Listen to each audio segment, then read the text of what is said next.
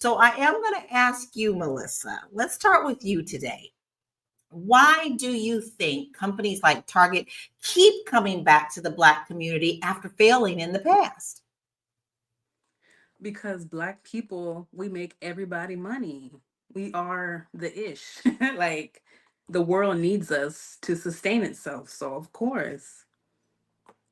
Yeah, Hmm. like our money count. What did we say last? Yeah. Like 1 trillion, 2 trillion, something like we have They big need spending us. dollars. They need us Big in their spending dollars. clothes. They need us to wear their stuff. Like, no one can promote and bring attention to a brand like how we can.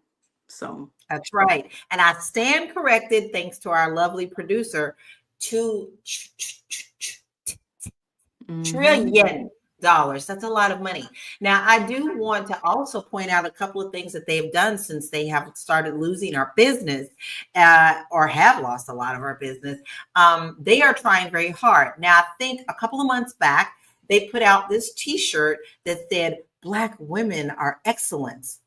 Didn't lure us back, right? And then they started carrying weave, y'all. They started carrying weave. Okay, that ain't brought us back. That didn't bring us back, right? No, no, weave, hair weave. So they are trying, and each time that they have to post their income and debt stuff, they're telling us that this was a dumb thing to do. So Marlo, what does it mean for a brand to truly win back the trust of the Black community? They tried T-shirts, they tried hair. I mean, I think it's gonna have to be a little bit more than a I don't know, a fashion statement. I think that they need to do something meaningful, right?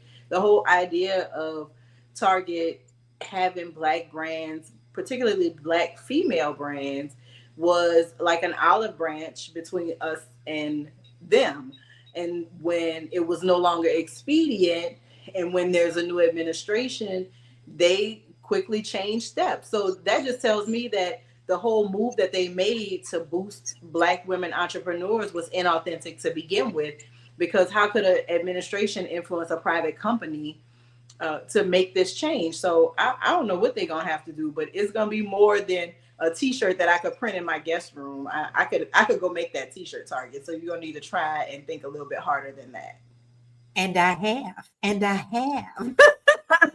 So yeah, no, I'm giggling just because honestly, y'all, it really does feel good to see that when we call for our community to do action, that we do fall in line when we know it's important. Like, this may not be, the Montgomery bus boycott, but it is still powerful. We showed our powerfulness there, and we are still showing just how powerful we are as a community.